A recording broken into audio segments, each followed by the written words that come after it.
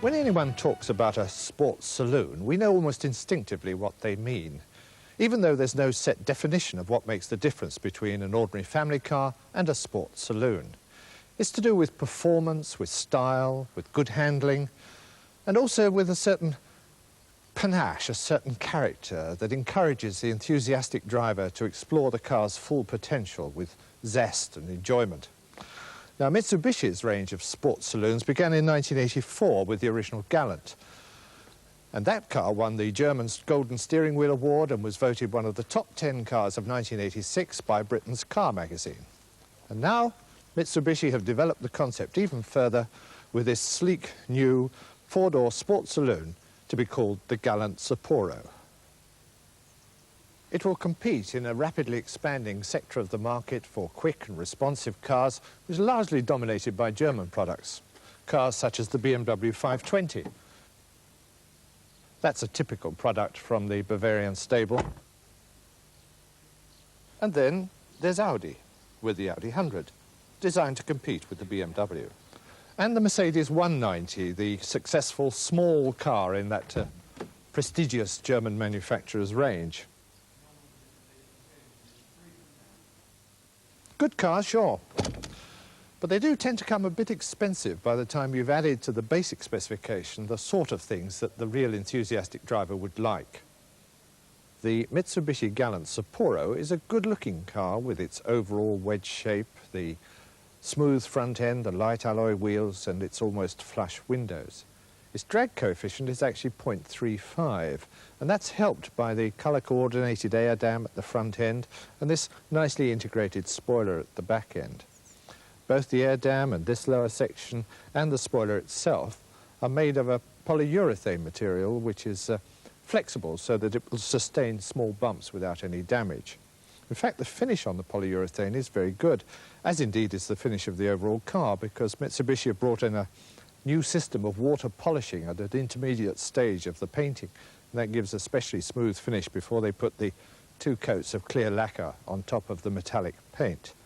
The mirrors on the car are also faired into the body for good aerodynamics, and they're electrically adjustable from inside and have a heating element to get rid of frost and mist as well. And so the whole overall effect of the good aerodynamics is not only good fuel economy — this car should do about 28 miles to the gallon in mixed motoring — but also a notable absence of wind noise when you're cruising on the motorway.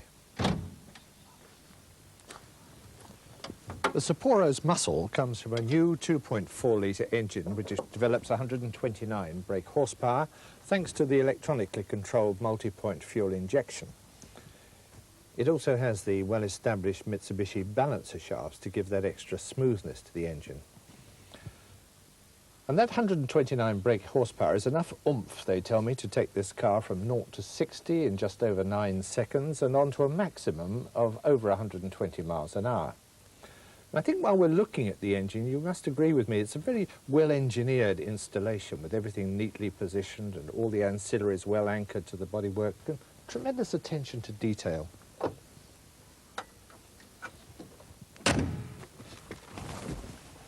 Inside the car, there's ample room for 4 adults and 5 if necessary. The seats are trimmed in velour and they have all sorts of adjustments to give you either extra passenger comfort or extra luggage carrying capacity.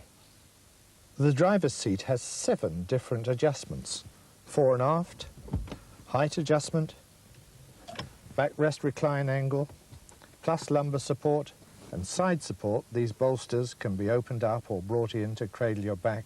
And then there's the adjustment of the head restraint, both for angle and height. You'll also notice the remote release controls down here for the fuel filler and the boot lid. By the way, there's also an immobilizer for this remote release of the boot lid. The back seats fold down to extend the luggage area through from the boot. And the division is asymmetric. So you can carry, say, 1 adult and have a wide extra load platform, or 2 children and have extra space beside them. It's a very useful facility that makes the luggage capacity of the car extremely versatile. Then there's the boot. It has a capacity of 16.8 cubic feet or 320 litres in the International Measurement System. Probably means more if I tell you it will take 5 golf bags with ease. It's deep and it's wide and it has a lid that comes right down to bumper level, so you don't have to haul your luggage in over a high sill. Now, I mentioned earlier that good aerodynamics plays a big part in keeping noise levels down at speed. Well, good sealing helped in that too, especially when you have frameless windows that give this coupe look to the Sapporo.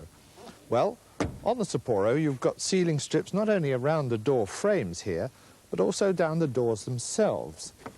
And the result of that is you have much quieter cruising when you're out at motorway speeds. The central locking system works from both front doors, and there's an ingenious override to prevent you locking yourself out of the car. If you leave the keys in the ignition and go to close the door with the door locks down, they won't go down. They automatically release themselves, so you can always get back in to get those keys out. As in so many of the top cars these days, the Sapporo has its engine placed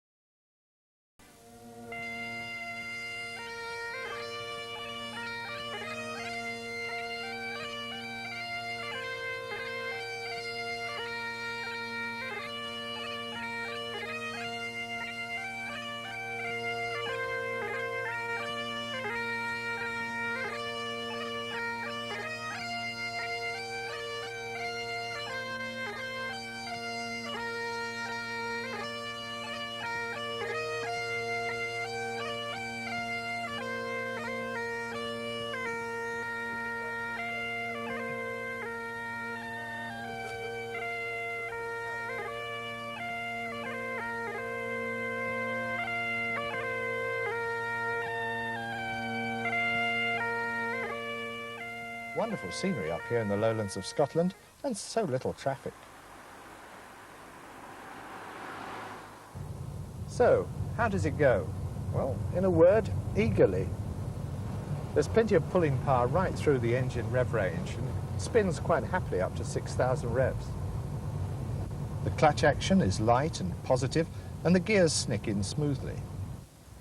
Standard on the manual gearbox Sapporo is the electronically controlled suspension. This adjusts the ride height, the spring rates and the damping ratios according to the car's speed and the road conditions. Or it can even be set by the driver. So, for example, if you're travelling on an uneven road at less than 25 miles an hour, the suspension goes automatically to high. Or if you are doing 75 miles an hour on a French autoroute, it drops to the low position. The sport setting firms up the suspension to give nimble handling, anti-dive under braking and anti-squat on acceleration. And if you want to lift the car even higher, to avoid obstructions or get to a jacking point or, say, just to pop through this ford, you can also select an extra high position which raises the car 60 millimeters. And through we go. I like the way the steering sheds its power assistance as the speed rises, so you can always feel what the wheels are doing, even if the steering effort never becomes heavy.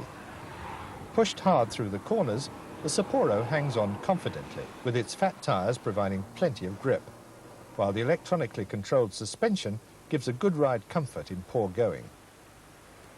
Anti-lock brakes are a great safety feature. Let me explain. Electronic sensors on each wheel send messages to a central control whenever a wheel is about to lock under braking, and the brakes then release for a split second to keep the wheel turning. That means first, the car will not skid out of control, and second, the driver can steer out of trouble because there's always directional stability. Anti-lock brakes are standard to make sure the ventilated discs all round can carve off the speed confidently and safely. The driver is certainly well provided for in the Sapporo. As well as the multi-adjustable seat and the electric door mirrors, there's an adjustable steering column, cruise control, variable frequency intermittent screen wipe, electric windows, electric sunroof, interior lights which stay on and fade gently when the door's closed, a 4-speaker stereo radio and tape player, and a heated rear screen which switches off automatically after 20 minutes. Controls and switches are positioned so you can reach them easily, and the turn indicator lever is particularly convenient just under the wheel. The heating and ventilation system can be switched to auto and left to sort itself out. So once you've selected the temperature, it'll boost the heat or step up the fan to maintain a constant level of comfort. That's useful in summer showers when you're driving through hot sun one moment and chilly rain the next. If you haven't driven a car with a cruise control, you might not appreciate just what a boon it can be, especially if you're doing a long motorway journey.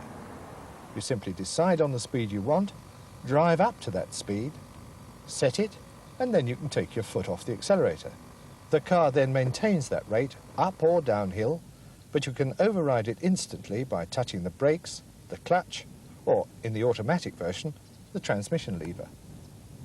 In fact, the Galant Sapporo has an impressive list of standard features, with electronics playing a large part in engine control, suspension adjustment, power steering, anti-lock braking, speed-related windscreen wipers, the heating and ventilation system, and the central locking.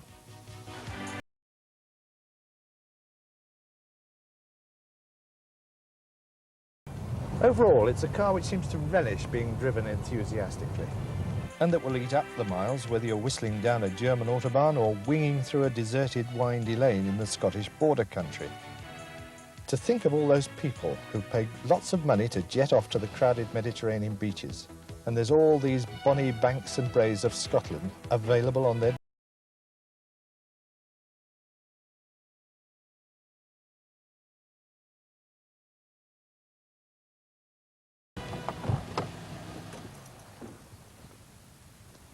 The final conclusion?